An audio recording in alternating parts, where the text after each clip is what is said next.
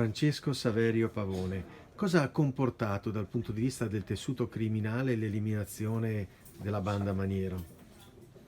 Ma premetto che io oggi come oggi non mi occupo più di indagini, o meglio intendo quando sono andato in pensione ormai non mi occupavo più di indagini da almeno 7-8 anni.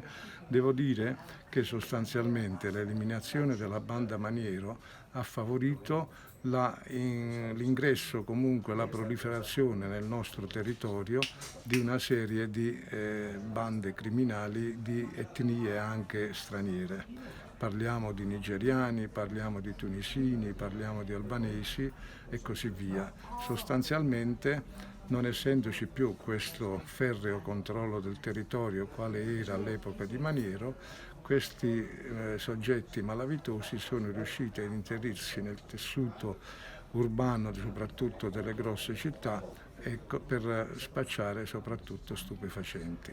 Siamo passati da una holding criminale vera e propria a una polverizzazione del territorio che però, secondo lei, su che basi si è sviluppata? Sul possesso del territorio su base meno ampia, quindi a livello, che ne so, provinciale, oppure sulla scelta dei tipi come dire, di business criminali, quindi qualcuno la prostituzione, qualcuno il traffico di droga, qualcuno le estorsioni?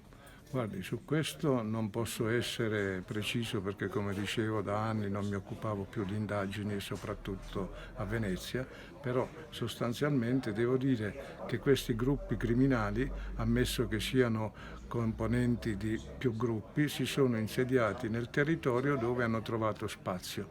Se poi ci sono motivi di conflitti tra gruppi criminali diversi, questo non glielo so dire e comunque dalle cronache non appare.